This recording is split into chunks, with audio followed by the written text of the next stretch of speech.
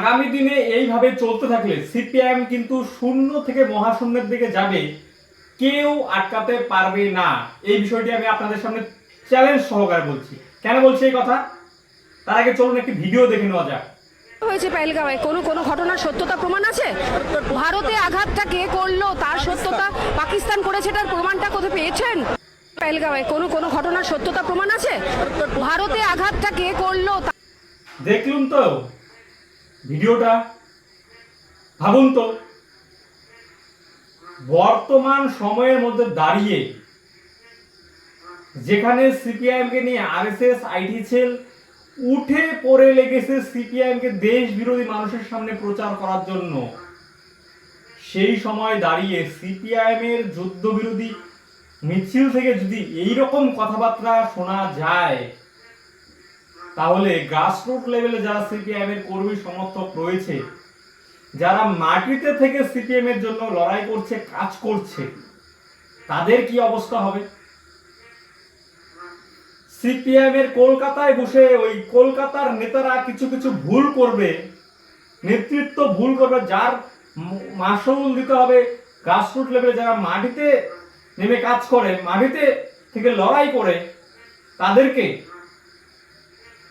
এটা অস্বীকার করার জায়গা নেই যে বর্তমান সময়ে দাঁড়িয়ে ভারত পাকিস্তানের মধ্যে যে উত্তেজনা যুদ্ধ পরিস্থিতি তৈরি হয়েছে, দেশের মধ্যে একটি দেশাত্মবোধক হাওয়া বলছে। আর এই সুযোগটাকে কাজে লাগিয়ে আরএসএস যা প্রতিনিয়ত করে আসছে, এবারও করছে, সিপিআইএম কে দেশ বিরোধী প্রমাণ করা, দেশদ্রোহী প্রমাণ করা, পাকিস্তান প্রেমী প্রমাণ করা। তার জন্য কি দরকার? অস্ত্র। আর অস্ত্র কে তুলে দিচ্ছে? এই রকম কিছু বেশি শিক্ষিত সিপিআইএম এর কর্মীরা, যাকে বলে এদের মতো কিছু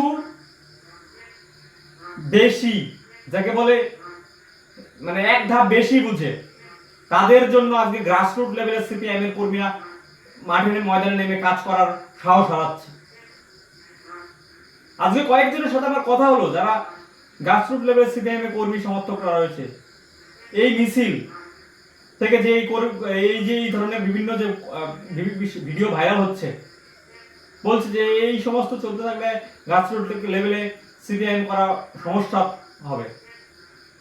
হবেই না বা কেন? চারিদিকে বিজেপি যে দেশাত্মবোধক হাওয়াকে কাজে লাগিয়ে সিপিএম কে দেশ বিরোধী প্রমাণ করার চেষ্টা করছে, আইটি সেল থেকে শুরু করে আরএসএস। এইরকম বক্তব্য সামনে একের পর এক আসার ফলে কোনো দিকেই কিন্তু কারো বাবার দম নেই যে আটকাবে সিপিএম কে দেশ বিরোধী প্রমাণ করা থেকে। যদিও এর আগে অনেক চেষ্টা হয়েছে, সে 1962 যুদ্ধ হোক, তারপরেও হোক, পারেনি। শুনুন, এই সমর্থক, সিপিআইএম সমর্থক যে বার্তা দিয়েছে বা মিছিলে গিয়েছে, সে সমর্থক না বিজেপি আরএসএস এর লোক ঢুকিয়ে দিয়ে এরকম বার্তা সিপিএম এর মিছিলে বলাচ্ছে, এটা সিপিআইএম এর নেতৃত্বকে বোঝা দরকার। এর বিরুদ্ধে অবিলম্বে সাংবাদিক সম্মেলন করে স্টেপ নেওয়া দরকার, না নিলে আগামী 2026 বিধানসভা নির্বাচনে সমস্যার সম্মুখীন হতে হবে। এটা আমি বললাম। শুনুন, যদি বিজেপির সাথে পাঙ্গা নিতে পারেন, তাহলে ভাবুন তো এই ভিডিওটা যেভাবে বিজেপির আইটি সেল সোশ্যাল মিডিয়া থেকে শুরু করে একাকার করে দিয়েছে, ভিডিও সয়লাভ করে ভাইরাল করে, কই পেয়েছেন সোশ্যাল মিডিয়া সিপিআইএম এর ওই মধ্যপ্রদেশে এই অপারেশন সিন্দুর যে নেতৃত্ব দিয়েছে সোফিয়া কুরেশি, তাকে নিয়ে যে মধ্যপ্রদেশের বিজেপি বিধায়ক তথা মন্ত্রী যে কুরুচিকর মন্তব্য করেছে, দেশ বিরোধী মন্তব্য করেছে, সেই ভিডিও ভাইরাল করতে পারেননি। যেখানে বিজেপির সাথে আইটি সেলে আপনারা টক্কর দিতে পারছেন না, সেক্ষেত্রে পিছিয়ে পড়বেন না কেন? বিজেপি সিপিআইএম এর মিছিলের থেকে শুরু করে কোথায় কি ভুল হচ্ছে সেই জায়গাটা তুলে ধরছে। তার পাল্টা হিসাবে কি তুলে ধরতে পারছে সিপিআইএম? এটা কিন্তু কেউ জোর গলায় বলতে পারবে না হ্যাঁ পারছে। শুনুন, সিপিআইএম কে মানুষ এখনো গ্রাসরুট লেভেলে সাধারণ কর্মী থেকে শুরু করে সাধারণ শ্রমিক মেহনতি মানুষ সকলেই চায়, কিন্তু মাথায় রাখবেন বর্তমান সময়ে দাঁড়িয়ে দেশাত্মবোধক যে জায়গা, দেশাত্মবোধক যে বাতাবরণ তৈরি হয়েছে, তাতে মানুষকে কিন্তু জাতীয়তাবোধের যে হাওয়া, সেই হাওয়া কিন্তু এইরকম সিপিএম এর কিছু ভুলভ্রান্তি বক্তব্যের জন্য কিন্তু বিজেপি কিন্তু সুযোগ পেয়ে যাচ্ছে। আজকে কাশ্মীরের পেহেলগাঁওয়ের যে ঘটনা, সেই ঘটনায় আগাগোড়াই সিপিআইএম কেন্দ্রীয় সরকারের পাশে দাঁড়িয়েছে। এই বিষয়টি কতটা প্রচার করতে পেরেছে সিপিএম এর আইটি সেল কিংবা সিপিএম এর যে সোশ্যাল মিডিয়া রয়েছে, রেড স্টিম, রেড ভলেন্টিয়ার, পেরেছে? সিপিআইএম যে দেশের সরকারের সাথে রয়েছে এই সমস্ত কিছু ভাইরাল করতে পারছে না, অথচ সিপিআইএম এর মিছিল থেকে বিজেপির পাঠানো লোকই নাকি সন্দেহ রয়েছে দু একটি কথা ইচ্ছাকৃতভাবে ভুল বলছে সিপিএম এর মিছিল থেকে, আর সেটাকেই বিজেপি আইটি সেল প্রচার করছে। এইভাবে যদি সিপিআইএম এর বিরুদ্ধে প্রত্যেকটা ক্ষেত্রে বিজেপির আইটি সেল সফল হয়, তাহলে কিন্তু আগামী 2026 বিধানসভা নির্বাচনে সমস্যার সম্মুখীন হতে হবে, আবারও শূন্য থেকে মহাশূন্যের দিকে যেতে হবে যদি নেতৃত্ব এটা না বোঝে। কি দরকার ছিল